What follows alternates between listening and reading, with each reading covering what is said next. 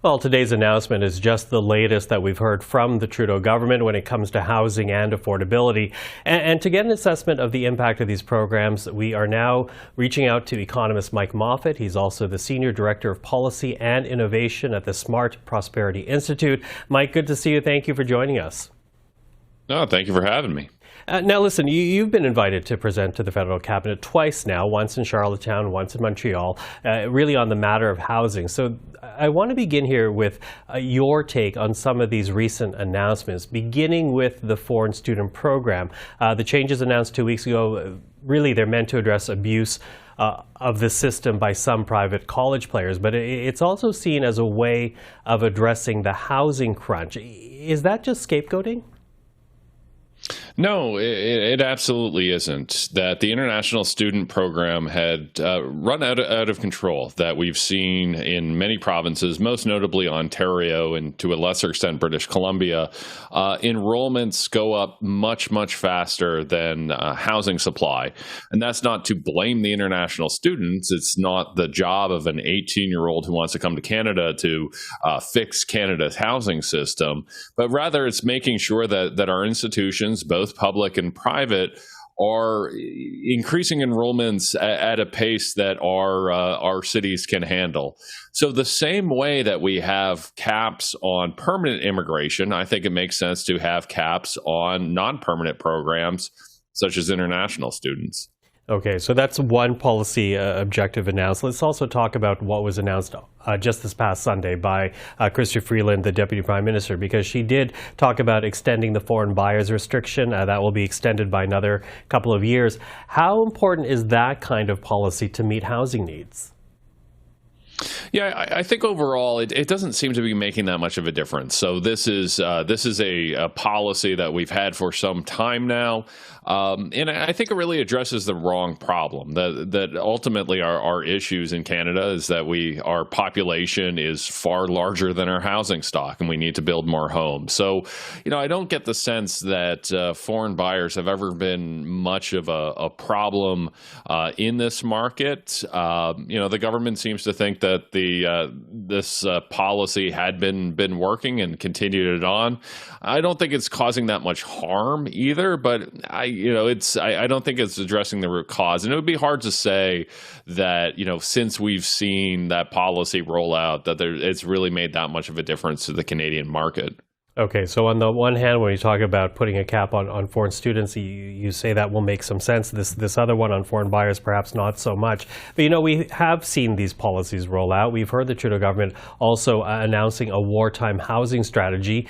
You yourself, you've talked about the need for this country to adopt a warlike effort. Is the government meeting that call?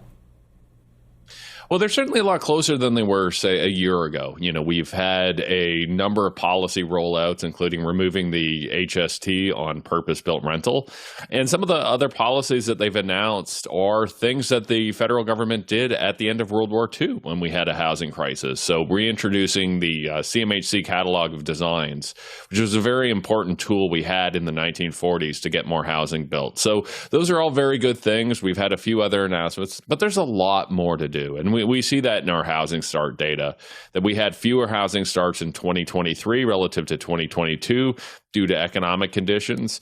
And the CMHC tells us that we need to be doubling housing starts. So, all of these things are pushing in the right direction, but they don't go far enough, and they haven't been enough to counteract some of the negative economic effects that we're having from higher interest rates and other global policies. Okay, so what else is needed then? Again, you've talked to the government about your concerns. What more do you want to see here?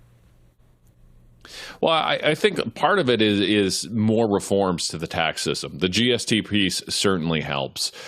We had a housing crisis in the late 1960s when the first wave of baby boomers were leaving their parents' house and getting apartments.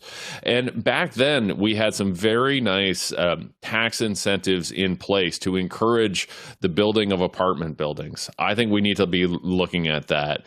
We need to be considering how we build our cities that are low carbon and resilient to extreme weather events. So I think some of the things that the federal government has done on the housing accelerator have been great, but they can push that a lot farther. Looking at rules like parking minimums, looking to build more density around transit lines, the same set of rules that we've seen in British Columbia. So there's no one single policy that's going to solve this. It's going to take, a grab bag of ideas.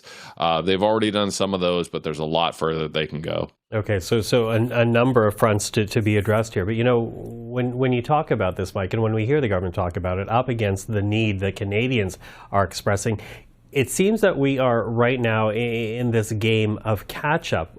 Will we ever really catch up to the need? I certainly believe we can. It's not the kind of thing that we're going to solve overnight. We didn't get ourselves into this situation overnight. And I think we need to attack it both on the supply and demand side. And there are, again, any number of positive supply instruments that we can look at. And I think the government's made a wise decision on the demand side of, reining back in the international student program, which has had a big impact on our housing market, not just the rental side, but it's also encouraged investors to buy up a lot of single-family homes, turn them into student rentals, which has blocked first-time home buyers from the market. So I think we can, but it is going to take some concerted effort from all three orders of government. The federal government can't do this alone, so we need to see the provinces and municipalities do more as well. Mike, we're out of time, but I look forward to our next conversation on this. Thank you for this. Oh, thank you for having me.